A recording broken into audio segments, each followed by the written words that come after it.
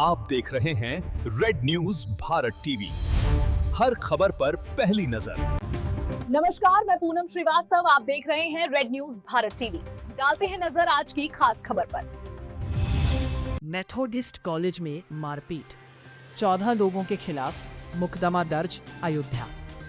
अयोध्या के Methodist college परिसर में मारपीट का मामला सामने आया है। इस मामले में पुलिस ने कार्रवाई करते हुए एक पक्ष के 14 लोगों के खिलाफ मुकदमा दर्ज किया है। मुकदमा थाना कैंट में दर्ज किया गया है। बताया जा रहा है कि मेथोडिस्ट कॉलेज स्थित चर्च में किसी बात को लेकर दो पक्षों के बीच विवाद हो गया। विवाद इतना बढ़ गया कि दोनों पक्षों के बीच जमकर मारपीट शुरू हो गई। इस दौरान वहां मौजूद लोगों में अफरा तफरी का माहौल बन गया। घटना के दौरान किसी ने मारपीट का वीडियो बनाकर सोशल मीडिया पर वायरल कर दिया, जिसके बाद मामला चर्चा में आ गया। वायरल वीडियो सामने आने के बाद पुलिस ने मामले का संज्ञान लेते हुए जांच शुरू की। पुलिस के अनुसार एक पक्ष की तहरीर पर 14 नामजद लोगों के खिलाफ मारपीट समेत अन्य धाराओं में मुकदमा दर्ज किया गया है। फिलहाल पुलिस पूरे मामले की जांच कर रही है और वायरल वीडियो के आधार पर आगे की कार्रवाई की जा रही है। पुलिस अधिकारियों का कहना है कि मामले की जांच के बाद दोषियों के खिलाफ सख्त कार्रवाई की जाएगी।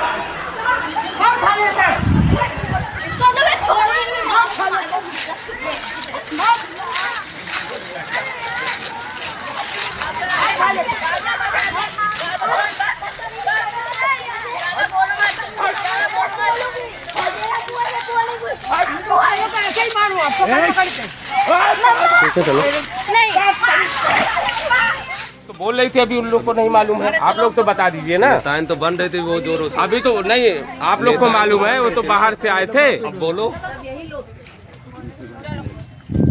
यही सब आप लोग बताइए ना, क्यों भाग रही हैं? तो बन रही तो बताइए ना कुछ, बताइए। ये क्या नाम है? अच्छा, ये जेल भी जा चुकी है।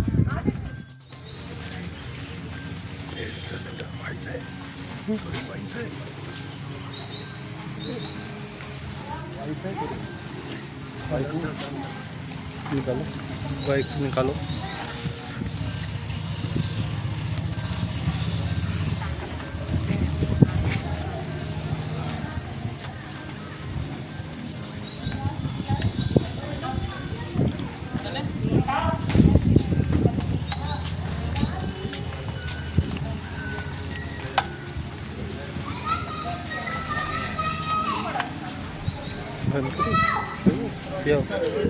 मुझे इंसाफ मिले, मुझे न्याय मिले, क्योंकि मैंने न्याय व्यवस्था पर जो है पूरा विश्वास किया।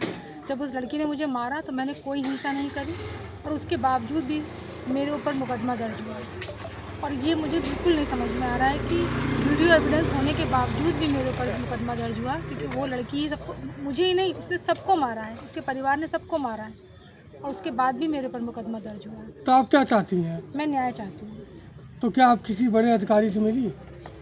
टाइम दिए होंगे किसी अधिकारी? अभी असल में पुलिस की परीक्षा की वजह से नहीं मिल पाए, लेकिन कल हम कोशिश करेंगे कि हम मिल पाए। ठीक। महिला दिवस के दिन मैं चर्च में प्रार्थना करने के लिए गई और वहाँ पर एक लड़की है, उसने मुझसे बदतमीज़ी की, अभद्र भाषा में बात करी। तो मैंने जो वहाँ के लोग खड़े थे जो कटाक्ष कर रहे थे, उनसे मैंने कुछ पूछा कि मेरी सभ्यता के लिए सवाल उठाए गए थे, तो मैंने उनसे पूछने की कोशिश की तो उन्होंने सही तरीके से जवाब नहीं दिया। तो मैंने चर्च में जाकर के अपनी बात रखने की कोशिश करी। बस मैं गई, मैंने माइक पकड़ा और एक लड़की है कृपा मसीह उर्फ जया, जिसने मुझे सबके सामने पूरे भरे चर्च में, मेरे पास वीडियो एविडेंस भी है, थप्पड़ मारा। 2 सेकंड्स भी नहीं हुए होंगे मुझे माइक पे और उसने मुझे थप्पड़ मारा। साथ में उसके और सारे लोग भी आ गए, लेकिन मैंने कोई भी हिंसा नहीं करी। न मैंने उसके पलट के कुछ जवाब दिया, न मैंने उसे थप्पड़ मारा। और उसके बाद सर जो मेरी तरफ से लोग बोले उसको भी उसने बहुत बुरी तरीके से मारा, चाटा और ये सब चीज़ें, और सबने देखा, सारा पूरा चर्च भर के देख रहा था। क्या इसका पूरा वीडियो है? जी सर, पूरा वीडियो। तो उसके बाद सर वहाँ के लोग जो थे, सामने देखिए एक लेडी खड़ी हुई हैं, वो भी थी, वो पास्टर की वाइफ हैं, वो भी चुप्पी साधी रही क्योंकि वो भी मिली हुई हैं। और सब ने खूब मारपीट करी। जब लड़कियों की मारपीट हो रही थी तो मेरे तरफ के लोग नहीं बोले, मतलब मेरे हस्बैंड थे, मेरे दोनों बच्चे थे, मतलब कुछ 2-4 लोग और थे। तो क्योंकि लड़कियों की हो रही थी तो छुटा रहे थे सिर्फ कि मतलब मत करो, ऐसे मत करो। लेकिन जब एक व्यक्ति है सुजीत सैमसन, जो अपने आप को असिस्टेंट प्रीस्ट बताता है, तो उसने जब उस लड़की को चाटा मारा तो मेरे हस्बैंड ने भी उसको रोकने की कोशिश करी। तो फिर इन्होंने हमारे पूरे परिवार को, सबको जो है मारा और पिटाई, मतलब एक तरीके से मारपीट बहुत ज़्यादा करी, धक्के वक्के दिए। और यहाँ सब वीडियो एविडेंस भी है हमारे पास, हम लोगों को घर तक मतलब लेकर के आए। मारपीट का कारण क्या था? मारपीट का कारण बस बताया सर कि मैं जो गई थी। सर कारण पहले का तो बहुत बड़ा है कि ये सब पीछे जो रहते, जितने भी लोग जिनसे लड़ाई हुई है, वो सब अवैध रूप से रह रहे हैं पीछे के घरों में, जो हमारे ही स्कूल के आउट हाउसेज हैं स्कूल के कर्मचारियों के लिए, तो वो उसमें कई सालों से अवैध रूप से रह रहे हैं। तो उसकी हमने शिकायत करी थी। यहाँ पीछे इलियट हॉल में काम हो रहा था जो अवैध तरीके से हो रहा था, उसकी शिकायत करी थी और उसमें ताला लगवाया था। तो मारपीट का कारण तो सर बहुत सारे हैं, क्योंकि सब हमारे। क्या आपकी तरफ से मुकदमा दर्ज हुआ है? जी सर हुआ है। उधर से भी हुआ है? जी सर, उधर से भी। ये तो गलत चीज़ हुआ है। जी सर। इस पर आप कोई बड़ा आंदोलन करेंगी? सर क्या आप डीएम साहब, एसएसपी साहब से मिलेंगी? सर सोचा है यही कि मिलेंगे। अभी जब सर पुलिस का पेपर चल रहा था हमारे यहाँ, तो हम लोग भी व्यस्तता में थे बहुत ज़्यादा, क्योंकि इसमें भी सब अच्छे से करना है सारी चीज़ें, क्योंकि सरकार का पेपर है और हम चाहते हैं कि सब चीज़ें ठीक हों। लेकिन हमने ईश्वर पे विश्वास रखा है, हमने कोई भी किसी तरीके की कोई हिंसा नहीं करी है, तो हमें पता है कि ईश्वर हमें इंसाफ ज़रूर दिलाएगा। और आप लोग ने चाहा तो आप लोग। पुलिस की तरफ से आपको क्या आश्वासन मिला है? पुलिस तो कह रही है कि हम जो है अपना काम करेंगे वीडियो के आधार पर, और वीडियो में सब कुछ साफ दिख रहा है। जी। तो किस के खिलाफ आपने एफआईआर में किस का नाम डाला है? कौन? सर 14 नाम है, जिसमें से सबसे वही जया, कृपा मसीह, रंजना मसीह, सौरभ विलियम ही सबसे बड़ा इसमें वो है कल्प्रिट, कि वही सबको, उसी ने लड़कियों को भी अंदर भेजा था कि जाके मारपीट करो। सैमसन और जिया विल्सन, हिना मसीह और भी नाम है उसमें। इसमें जया के कोई आपराधिक हिस्ट्री पहले जी जी जी 6 महीने, वो 6 या 1 साल वो जेल में रह करके आ चुकी है, जुवेनियल में। और वो मतलब वो बाद में भी उस वीडियो में आप देखिएगा, वो बाद में भी कह रही, हाँ मैंने मारा, अब मैंने जूतों से मारूंगी। उसकी इतनी हिम्मत है। 22-23 साल की लड़की है, 24 साल की, वो इस तरीके की बातें वीडियो में भी कह रही है और गंदी गंदी गालियाँ दे रहे हैं वो। आप क्या चाहती हैं? मैं यही चाहती हूँ कि इन सब के खिलाफ कठोर से कठोर सज़ा मिले इन लोगों को, जिससे कि मेरा रूही पॉल नाम है मेरा, मैं मेथोडिस्ट गर्ल्स इंटर कॉलेज में प्रधानाचार्य के पद पे कार्यरत हूँ। और सर सिर्फ यही है कि ये लोग नहीं चाहते हैं कि यहाँ पर हम रहें, क्योंकि ये भी आ रहा है कि ये लोग हमें जान से मारने का भी प्लान कुछ कर रहे हैं, क्योंकि ये भी एक प्लानिंग के ही तहत हुआ था जो भी हुआ था। और अभी भी सर हम लोगों को जान का बहुत खतरा है। जब वो हमारे घर तक आ सकते हैं तो फिर वो यहाँ तक लड़की वो आई है। तो 2 लड़कियाँ थी, यशी, आकांक्षा रंगपाल और वो कृपा मसीह, जो यहाँ तक आई थी। मेरे ही कर्मचारियों ने मुझे बचा लिया, हाथ में पत्थर था। और सर ये बात तो मुझे वीडियो पे शायद नहीं कहनी चाहिए, लेकिन मैं कह रही हूँ कि एक लड़की उसमें से मेरे कपड़े उतार रही थी और कह रही थी वीडियो बनाओ। तो इस मामले को लेकर आप कप्तान साहब से जाके मिलिए। ठीक है सर, वो वीडियो हमको दे दीजिए। झगड़ा हुआ आज तक कभी? आप भी दर्शक हैं, हम भी दर्शक हैं, ठीक है। हम भी देखने आए थे क्या हुआ उसमें सब क्या हुआ, कल एफआईआर भी हुई। अब वो अभी सरकार का विषय है कि आपस में पुलिस का, जब पुलिस में चला गया मैटर तो हम लोगों को हम कुछ बोल नहीं सकते इसमें। क्या कारण हुआ? देखिए हमारे धर्म गुरु को परेशान न करिए, वो राजनीति से दूर रहते हैं। राजनीति नहीं हो रहा है। हाँ, मामला क्या था वही पूछ रहे हैं। उन्हें नहीं मालूम है, उन्हें कुछ नहीं मालूम, बाहर से उन्हें नहीं पता है, उन्हें नहीं पता है, बाहर से आए उनसे आप क्या जान लेंगे, धर्म बाहर से आए उन्हें। एक मिनट बोल रहे यार, चुप रहो। पैसा बीमार थे तो हमको चर्च में आना पड़ा। चर्च लिया, डायसिस ने इन्वॉल्वमेंट लिया अपना। कुछ हम लोग ऐसा सवाल नहीं पूछ रहे, उससे हमने मामले खुले। नहीं मालूम है, हमारा इसमें अभी कोई वो टिप्पणी नहीं है।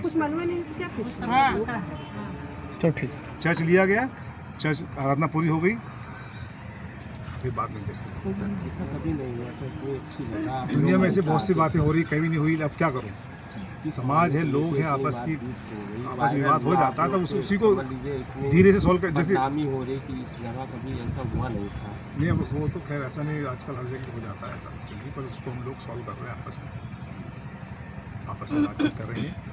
मौका तो आपस में रहना, एक साथ में ही लोगों को जाना है, नहीं कहीं। नाम और पद बता दीजिए। क्या नाम है? मेरा नाम है रेवरेंड प्रवीण मैसी, डायसिस के सेक्रेटरी हैं, डायसिस लखनऊ के। ठीक है। बाकी मेरे ख्याल से आपके पास सीसीटीवी कैमरे की फुटेज भी होगी, तो वहाँ पर आपको लोग भी दिखाई पड़ेंगे ढेर सारे, तो जो लोग वहाँ पर मौजूद थे वो बेहतर बता सकते हैं। उन लोगों में आज कोई आया नहीं है? हमें जानकारी मिली है, क्या यहाँ की जमीन बेचने की कोशिश हो रही है क्या? वास्तव में कैंट की जमीन है, बेची तो नहीं जा सकती है, लेकिन कब्जा दिया जा सकता है। कब्जा किस आधार पे दिया जाएगा? नहीं, चर्च बेचने की तो बात नहीं है। जो विवाद है वो पीछे एक आपको दिखेगा एलियट हॉल है, उस पर विवाद है। उसमें ये पता लगा उसमें कुछ कंस्ट्रक्शन चल रहा था, वो एक्चुअली हॉल है। जो हमारी प्रिंसिपल है यहाँ की मेथोडिस्ट की, उनके अनुसार ये जो हॉल है वो चर्च का नहीं है, वो स्कूल का विद्यालय की प्रॉपर्टी है, उसमें आता है।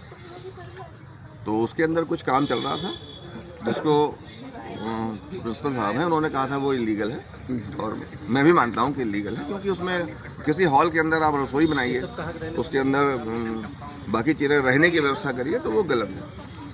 तो उनको शक हुआ कि शायद इसका कब्जा दिया जाएगा, तो उन्होंने इस पर ताला डाला और पुलिस नहीं, आज तक वो हर किस पर्पज से इस्तेमाल किया जा रहा था?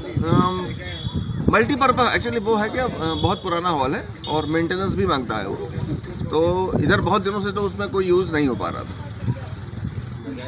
लेकिन वो एक हॉल है, अपने आप में एक प्रॉपर्टी है वो, अगर कोई उसमें रहने लगेगा तो फिर उसको निकालना मुश्किल हो जाएगा। तो इस चीज़ को देखते हुए उन्होंने ताला लगाया। चर्च के पर्पज से उस हॉल का इस्तेमाल होता था पहले? दोनों ही पर्पज से, वो चर्च भी यूज़ करता था उसको और विद्यालय भी यूज़। ये कौन लोग करा रहे थे इसमें निर्माण? जो हमारी कमेटी है निश्चित रूप से वही करा रही है। तो विरोध किस लिए हुआ फिर? विरोध इसीलिए हुआ कि अब आप लोगों को पता ही है कि यहाँ पर एक पार्सनेज भी था, चौकी के बगल में, वहाँ पर पादरी रहते थे।